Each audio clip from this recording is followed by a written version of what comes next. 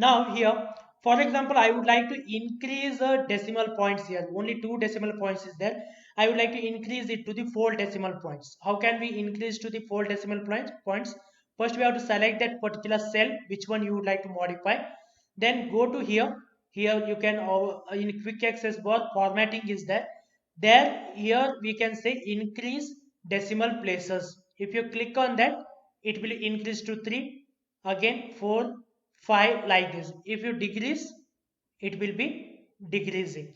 Okay, the same format if you like to copy to the other cell. Okay, other cells, if you like to copy the same format, how can we do that one? First we have to select which cell format need to be copied. Select that particular cell. Then go to paint format. On the left hand side you can observe here paint format option is there. Select that paint format. Select that paint format. Then select the cells which one you would like to apply. How to select? Click and drag cells where you would like to apply. So automatically it will be applied to the cells which you have been selected. That format will be applied.